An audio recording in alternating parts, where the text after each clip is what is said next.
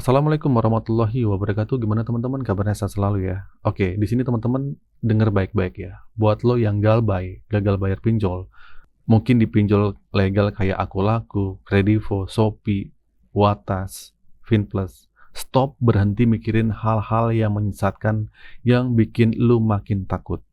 Gue tahu di kepala lu pasti berkeliaran pertanyaan, kayaknya gue bakal dipenjara apa enggak ya? Aset gue bakal disita apa enggak ya? Atau gue bakal diproses hukum perdata apa enggak ya? Jujur, pola pikir kayak gini itu nggak aman buat mental lo. Lo harus bedain satu hal penting, tidak mampu bayar dan tidak mau.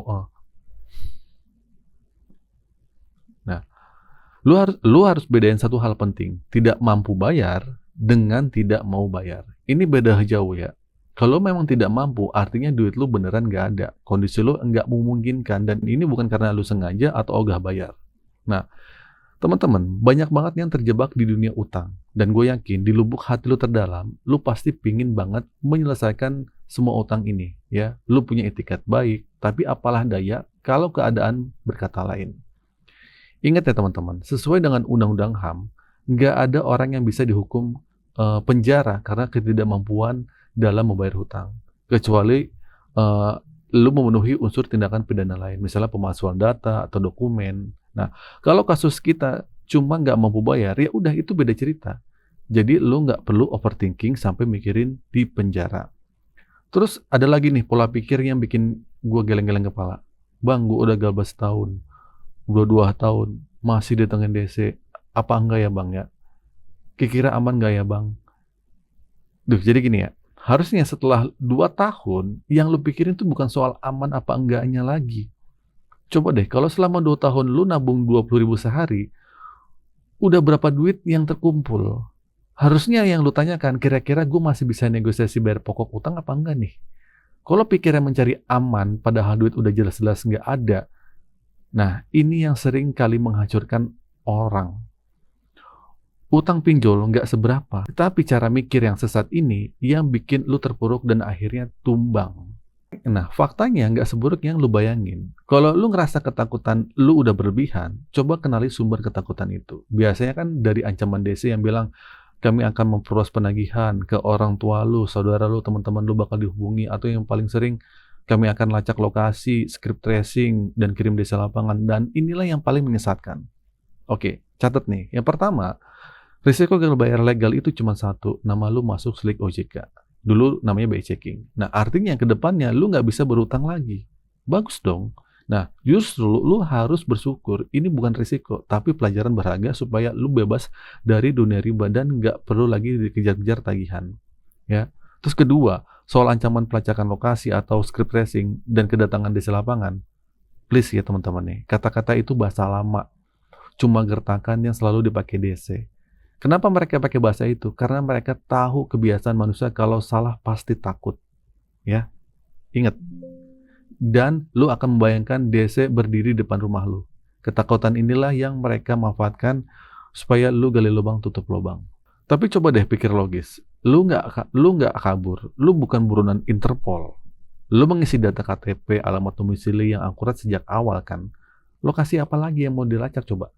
Nah, itu cara mereka memanfaatkan rasa malu dan harga diri lo. Nah, satu lagi yang sering ditanyakan, Bang, nominal utang berapa sih yang sering didatengin DC? Oke, dengar baik-baik ya teman-teman. Nominal itu nggak terlalu penting buat DC. Ya, mereka bekerja sesuai perintah dan wilayah cakupan kalian. Mau utang lu ratusan juta pun, kalau di wilayah lu nggak ada tim DC-nya yang bertugas atau mereka nggak diperintahkan, ya mereka nggak bakal datang.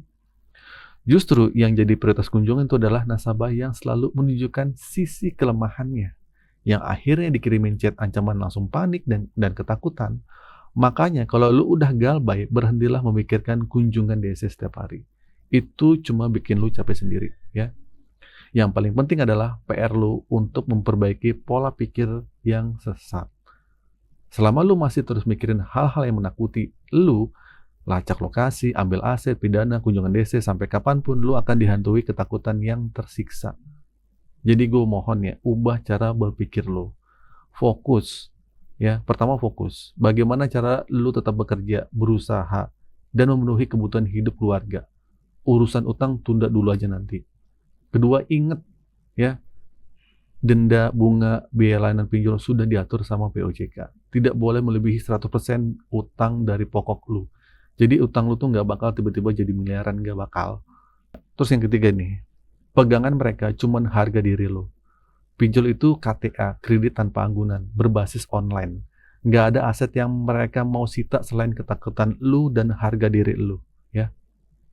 Jadi gini teman-teman kesimpulannya. Lu tuh nggak sendirian. Kalau lu memang tidak mampu bayar, ya sudah. Tidak ada satupun orang yang bisa memaksa lu bayar.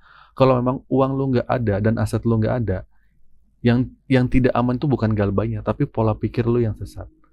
Jujur ya jujur terbuka sama keluarga, itu penting. Fokus membangun hidup lu ke depannya. Biarkan nama lu masuk selek OJK dan biarkan uang yang mengejar lu. Jangan lu lagi yang mengejar uang. Lu layak untuk sukses dan bahagia. Tinggal sekarang, mau atau tidak lu berusaha. Oke teman-teman, semoga video ini membantu dan menjawab pertanyaan ketakutan lu.